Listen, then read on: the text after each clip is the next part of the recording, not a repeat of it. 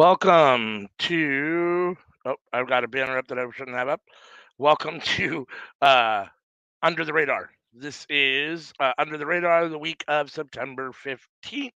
This is your boy ALW for Workhorse Wrestling Network. I am Solo Dolo today. It's going to be probably a quick little show.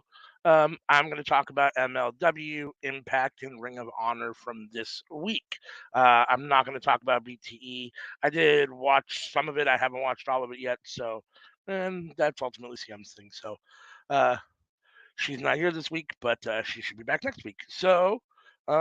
As usual, you get AL Dub on ML Dub. This week it was MLW Fusion 182. Um, there is a lot of video packaging and hyping this week for October 14th Slaughterhouse pay per view. They're hyping up the New Japan MLW crossover that's going on at the moment right now. We're getting Minoru Suzuki versus Jacob Fatu at Slaughterhouse pay-per-view, which should be amazing. Murder Grandpa versus Samoa Savage. I'm excited for that. So there was a lot of video packaging for that. Then we had our first match, which was Becca, and she defeated Tiara James. Becca seems to be on the move. She wants, another match with Dummy EXO for that. I think it's middleweight. It's either flyweight or middleweight title. Um, that Taya Valkyrie held before the Dummy EXO beat her for, and Dummy EXO is holding even though she is injured. So in the meantime, Becca's been getting these wins, and this was basically a showcase for Becca. I'd call it essentially a squash. Then we had our second match of the night, which was Ichiban defeating TJ Crawford. Ichiban won last week, so there's 2 weeks in a row. Couple big wins. He's, looking for a title shot um, for the never or the whatever their second tier title is. This is terrible broadcasting because I should know the name of their title. But they have a second tier title that Myron Reed held for a while. I think it's the national middleweight title that is going around, and Ichiban wants a shot at that. So he's won 2 in a row. It was a good match against TJ Crawford. Solid MLW wrestling match. And then that led into, which took up the rest of the show, which was Sam Adonis came out, talked a lot of shit about his upcoming match with Microman, um, about how Microman was actually loved in in Mexico, and a great professional wrestler. And then he started hanging out with the second gear crew, the degenerates, the trailer park trash, blah blah blah. And now he's fallen to their level, and he's going to go out there and clean up MLW of Microman and the second gear crew. He has a match with Microman. As you see there, it ends in a no contest. Sam Adonis ultimately was going to hurt Microman, and the second gear crew came out. That devolved into, more people coming out, and before you know it, it's, a melee and a clusterfuck. And that's basically the end of the show, with the second gear crew running Sam Adonis out of the ring, along with. I'm trying to remember who came down to help him now. Hold on for just 1 second, I can tell you. Let's see.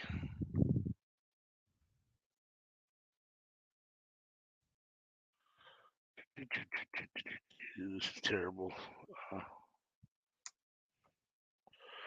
broadcasting, but let's see if I can.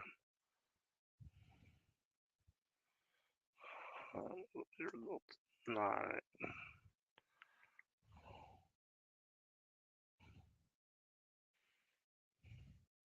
Let's see. Oh yes, I forgot that there was a masked man approached TJ Crawford, who whispers in his ear, and the two of them head backstage together. We don't know what's going on there.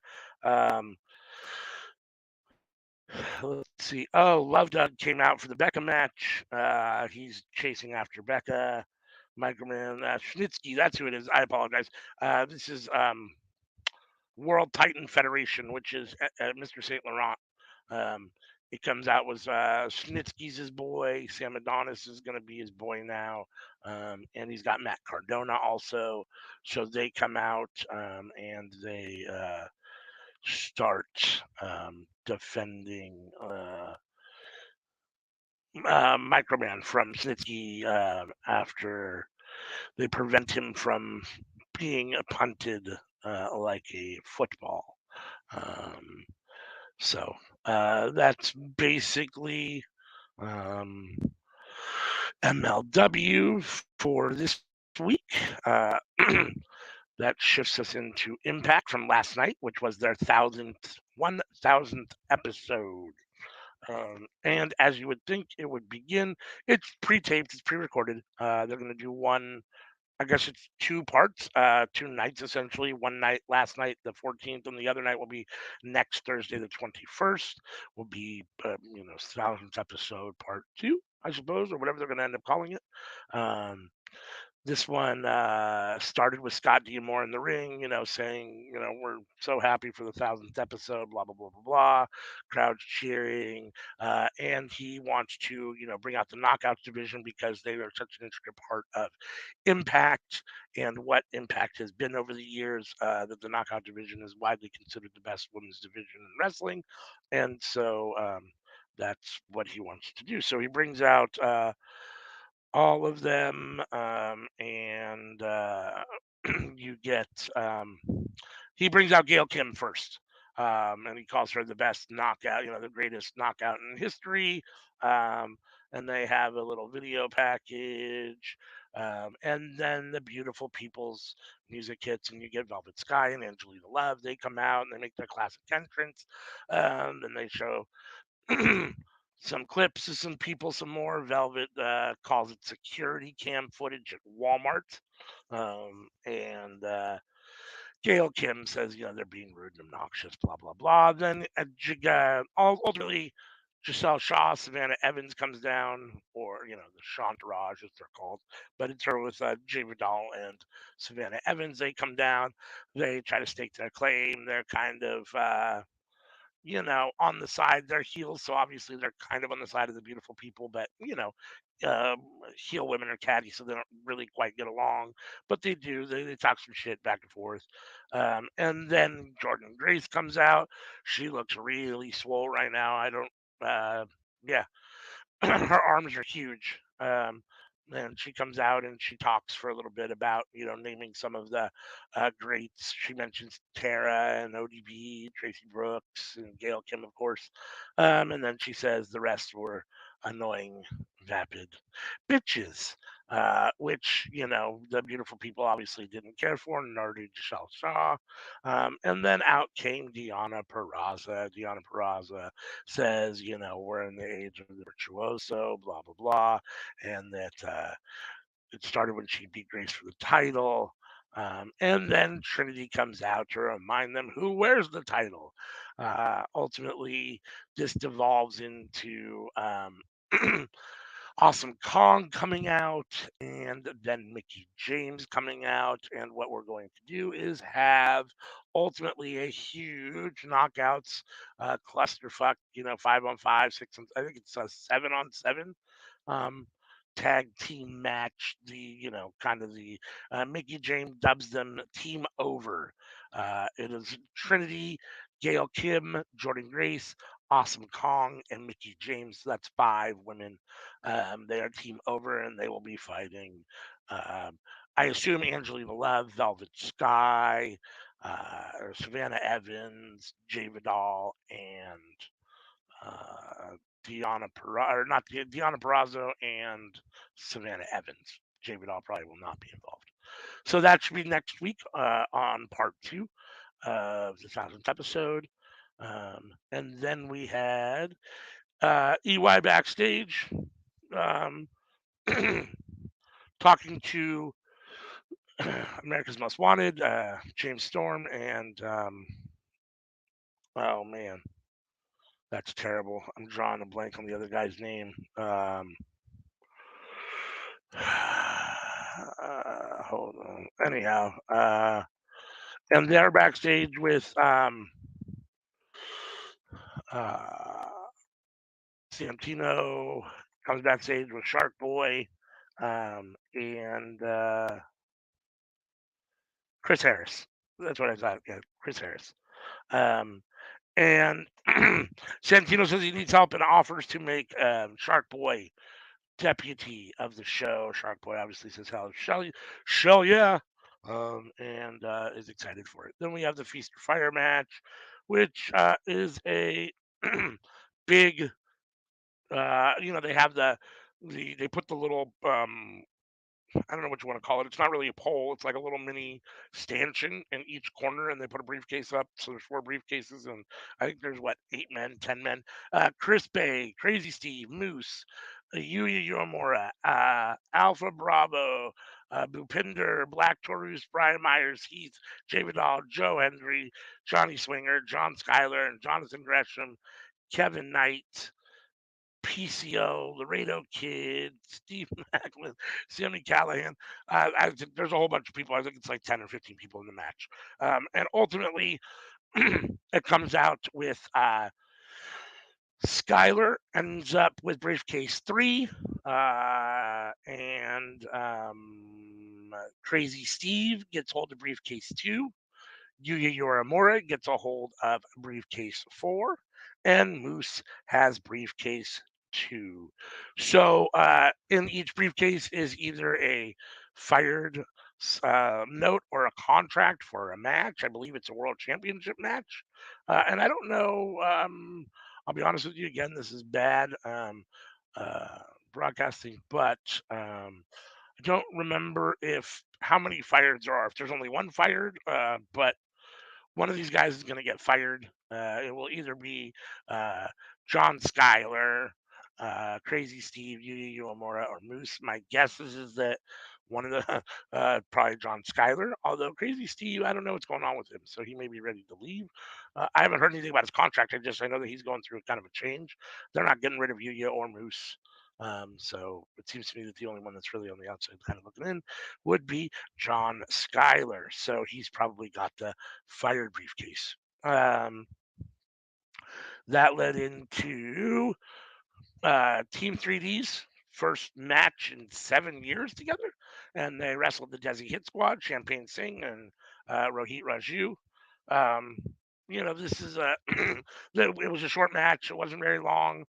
3D gets the win. They get the win with their traditional. I forget what the freaking name of the move's called.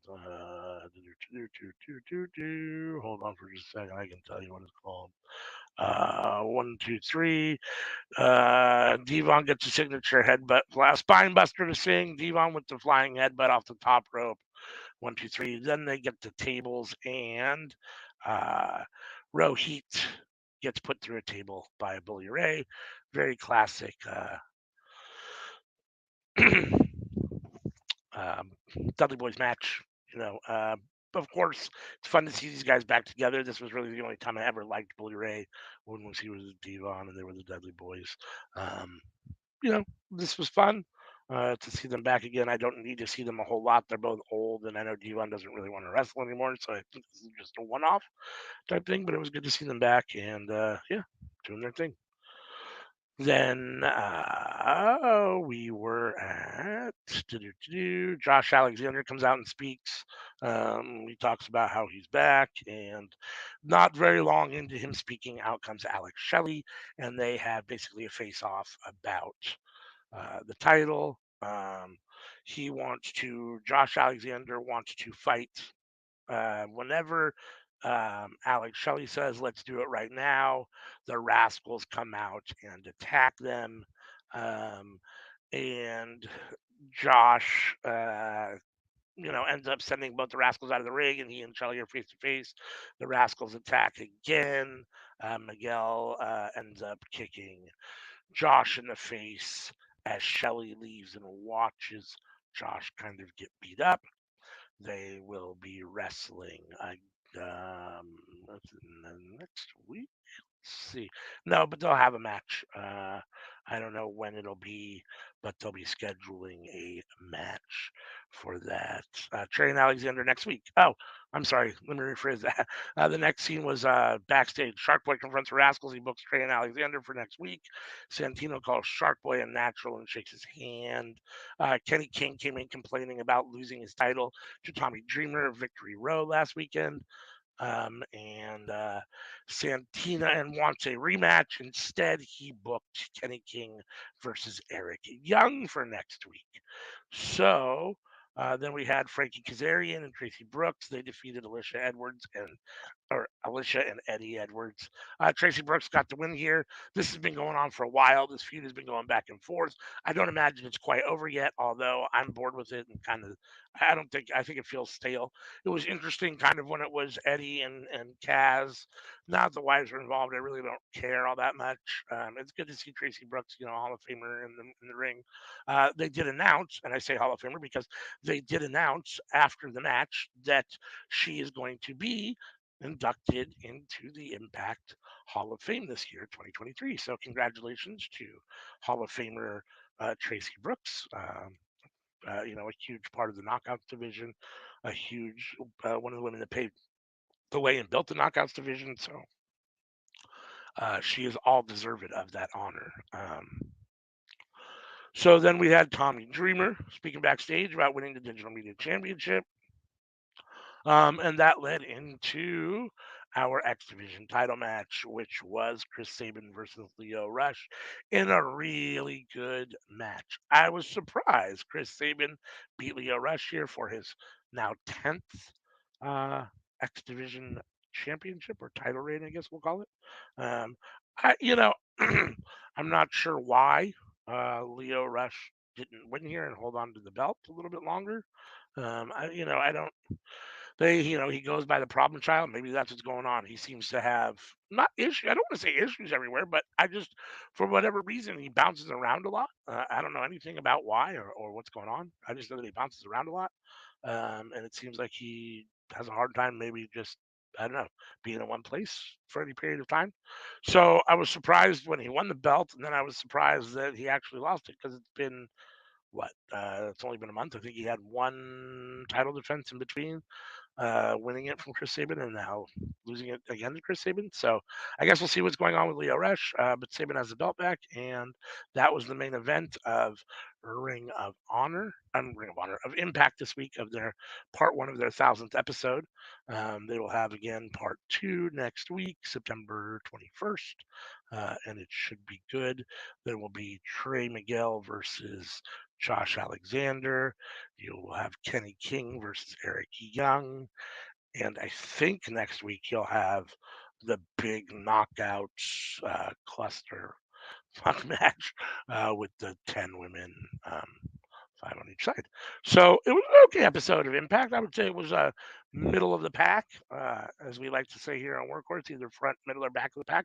I would say it was a middle of the pack. It wasn't a terrible show, but it wasn't great either. Josh Alexander promo was really good. Um, it's good to see Awesome Kong back in AEW for a minute. It's good to see Gail Kim in the ring. All of the old knockouts, or former knockouts, old. Don't want to call women old. Former knockouts in the ring, all at the same time. That was fun. So yeah, overall solid episode. And then that brings us to Ring of Honor, which is the last show I'm going to talk about today. Uh, I'm trying to think here. QT Marshall.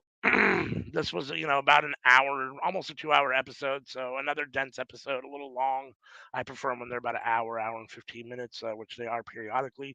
But I get it. There's no more Dark and Dark Elevation. This is kind of taking the place. Um, QT Marshall defended his AAA Latin American title, and he beat Metalik, and a match that is what it is. I thought it was okay. I like QT Marshall. I don't know why he has this belt, but you know, whatever. I guess AAA has likes him with the belt. I'm not sure. Um, and then we had, which was one of my favorite matches of the night, the Infantry and Willie Mack. They defeated the Outrunners and Kevin Koo. I really, really like Kevin Koo. I'm starting to come around to the Outrunners. They're fun. They have that very classic 80s wrestlers look to them. I like it, the mullets and the neon pants and the great names Turbo and Truth Magnum and Turbo Floyd. So, but they did lose to one of my favorite tag teams, and now with Willie Mack, if they actually become a trio, one of what would be one of my favorite trios by far. Uh, Carly Bravo and Sean Dean. Um, so that was fun. Trisha Dora didn't. She was at ringside, I believe. So I believe they looked really good with Millie back, and that was a good win. Uh, excuse me. Claudio defeated Rocky. Actually, this was the match that I believe opened the show. I think this. I have these slides a little out of place, but this was the match that opened the show. They were hyping up Rocky, but obviously we know Claudio's winning because Claudio is facing Eddie Kingston. In a couple weeks here. Um, so um, for the belt for belt, the Ring of Honor World Title match or the World Title belt against Eddie Kingston's never open weight championship, whatever is the belt is he's holding in New Japan at the moment. Um, so that was a solid match. Like I said, they kept hyping up Rocky as, if he could win, it could be a spoiler, and it could end up being, Eddie versus Rocky. But obviously that didn't happen. Claudio won. As we know, we're getting Claudio versus Eddie. So let's go, Eddie. Let's go. I hope Eddie wins that match. I like Claudio, but I really want Eddie to go over here and have two belts. Eddie, two belts. I'm here for that. And he should be Ring of Honor champion. Mercedes Martinez defeated Zoe Lyon. Not much to talk about there. Gates of Agony defeated Cole Radrick and Matt Brannigan. This was a huge squash. I feel bad for Cole Radrick. I don't know. He's been in AEW a couple times. He was on Dark a couple times, so it's not like it's his debut or anything. But um, this is, it's tough. He looked really bad here, and Radrick is better than that. So uh, Darius Martin defeated Christopher Daniels. Really solid match. Both guys can go. I like Darius Martin a lot. I'm a huge Christopher Daniels fan, so this hit the spot for me. I enjoyed this a lot. We had Shane Taylor and Lee Johnson, really good match. Uh, the biggest thing to come out of that was that Lee Moriarty came out and ultimately kind of distracted Lee Johnson and I guess helped Shane Taylor get the win. And now it looks like Lee Moriarty is joining Shane Taylor Promotions, if that's still what he's calling it. It was a little unclear if that's what he's calling it, but it looks like that's what's happening. So I'm here for that. Then we had Willow Nightingale defeat Lady Frost in a solid match. Uh, Josh Woods defeated Dominic Guarini in a solid match. Dominic Guarini and Kevin Koo were both former members of Team Filthy, and they are tag team Violence Unlimited. So I like both of them. Dominic Guarini's he's a former MMA fighter, so he's a very kind of, but he was uh, mat technician basically. So he definitely wants to wrestle on the ground. He's more of a traditional kind of wrestler, catches can. Where Kevin Ku is more of kind of a striker and mixed or martial arts guy. But I like them both very much. They were split up here, obviously, as Kevin Ku wrestled with the Outrunners against the Infantry in that 6-man match, and Dominic Carini lost here to Josh Woods. Josh Woods is a beast, so it doesn't surprise me that he beat Dominic Guarini here. I feel kind of bad for both Guarini and Ku as they lost here, but I guess it is what it is. We'll see if they actually wrestle them together as a tag team. That I would be here for. And then we had another one of my favorite matches of the show. The Workhorsemen defeated the Boys. You kind of forget that the Boys can actually wrestle because they're always just kind of there with Dalton Castle, looking like his, um, you know, henchman, not henchman, but like, but with his boys basically. They, carry him around. They cool him off. They fan him off. They do all that stuff. They take all his shit. But when they're by themselves and they're actually a tag team and they can wrestle, they can wrestle. So this was a solid match. The Workhorsemen are one of my favorite tag teams. I absolutely love Anthony Henry and JD Drake. I've been watching them since the Evolve days. Um, so I'm here for them all the time.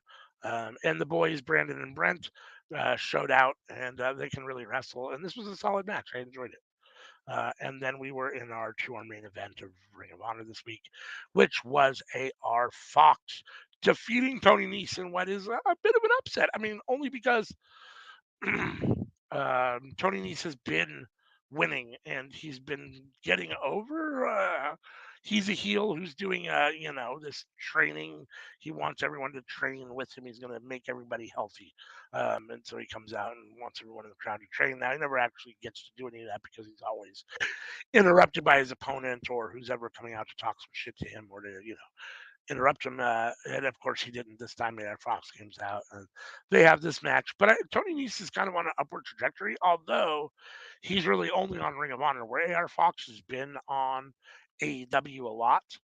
So we do, I guess maybe it's not that much of a surprise. AEW or AR Fox has been more of a AEW Dynamite, Rampage, Collision mainstay. So, but yeah, got the big win here in a solid main event match. And that was the end of Ring of Honor for this week. A solid show, better than normal. They had some really good wrestling. I would say both Impact and Ring of Honor are worth watching this week. You don't have to watch all of them, but definitely watch for Ring of Honor. Definitely check out the main event. AR Fox versus Tony Nese was good. I recommend Josh Woods versus Dominic Garrini. Shane Taylor and Lee Johnson was good. Willow Nightingale and Lady Frost was really good. So, and as far as Impact goes, a solid show. If you like 3D or the Dudley Boys, check that out because it's the first time they've been together in a long time. And that is basically the end of our show for today. We don't have CM, so there will not be any BTE. And so I will put up our little schedule. If I have it, which I apparently don't, let me see. I can find it in another brand here. Oh, sorry, my screen changed in the background, as you can see. Here's our schedule. All right. So we are on Mondays. We have Enter the Square Circle, which is WWE 2K Gaming, where myself and Sammy Joe have drafted wrestlers, and then we have tournaments on the game and record the matches, computer versus computer, and enjoy the tournament. Watch the outcome. So that's on YouTube, Facebook, and Twitter. I mean, YouTube, Facebook, and Twitch. Sorry. At sometime on Monday, usually at 11 a.m. Eastern, 8 a.m. Pacific. Then on Tuesday nights or Tuesday mornings, we have Seeing Stars, which is twice a month. And that's at 10:30 a.m. Eastern Standard Time, 7:30 a.m. Pacific Standard Time. It's myself, Sammy Joe, and usually Dolores talking about NJPW, GCW, and if there's around Stardom. And then that's on YouTube, Facebook, and Twitch. Then Tuesday nights, you get a double dose of us on Tuesdays. Tuesday night, we're live with the Cookout. We are on YouTube, X or Twitter, whatever you're calling it, and Twitch. That's at 7:30 p.m. Pacific Standard Time, 10:30 p.m. Eastern Standard Time. That's where we come together, the whole crew. We talk about what's cooking up in the world of professional wrestling. We play games. We have guests. We have all sorts of stuff. So that's always a fun time. So come check that out. Then on Wednesdays, myself and Sammy Dro drop All for Naught, which is a review of Monday Night Raw and NXT from Tuesday night. That is on YouTube, Facebook, and Twitch, and that drops at 8:30 p.m. Pacific Standard Time, 11:30 p.m. Eastern Standard Time on Wednesdays. On Thursdays, we're back together again. It's myself, AW or ALW, and usually somebody else. One of the other workhorses for Aftermath of Dynamite, where we talk about the week in AEW from Rampage and Collision of the week before, up through Dynamite from the night before. That's a live show on YouTube, X, Twitter, on Twitch. Then on Fridays, we have Friday Night Fights, which is a live watch along where Sammy Joe and Anika watch SmackDown, and then CM usually comes in for Rampage. Um, that's on YouTube, Twitter, X, and Twitch. That starts at 5 p.m. Pacific Standard Time, 8 p.m. Eastern Standard Time. That is live. Then on Saturdays in the mornings, you get Under the Radar, which is this show right here, which is usually myself and CM talking about BTE, MLW, Ring of Honor, and Impact Wrestling of the week in those shows. Um, that this will drop on Saturday, the 16th of September at 8 a.m. Pacific Standard Time, 11 a.m. Eastern Standard Time on YouTube, Facebook, and Twitch. And then to round us off on Saturday nights, we are here for our live Collision Watch Along, which is on YouTube, Twitter X, and Twitch. That starts at 5 p.m. Pacific Standard Time, 8 p.m. Eastern. So we're here every day of the week, but Friday.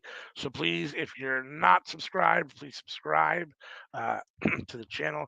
Hit the bell to be notified so you can always know when we drop new stuff.